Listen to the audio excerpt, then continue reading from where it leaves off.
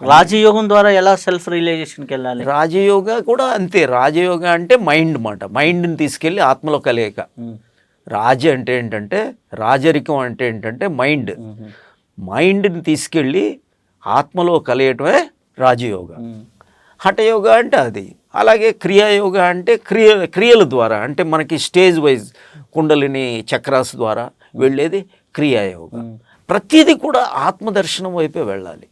ఆత్మదర్శనమే important, ఆత్మ ఐక్యమే important. అంటే నేను అనేదాన్ని మీరు అనుభవపూర్వకంగా తెలుసుకునే దానికి తప్పితే ఇంకేమీ లేదు. భక్తి యోగ అయినా అంతే, అదైనా సరే ఆత్మదర్శనం వైపే వెళ్ళాలి. ముందు మీరు ద్వైతంలో ఉండొచ్చు, విశిష్టాద్వైతంలో ఉండొచ్చు, అద్వైతంలో ఉండవచ్చు, ఆఖరికి ఏంటి ఏమీ లేదని తెలుసుకోవటమే. ఆఖరికి తెలిసేది మాత్రం ఆత్మ దర్శనం, ఆత్మ ఐక్యం, అటే వెళ్ళాలి.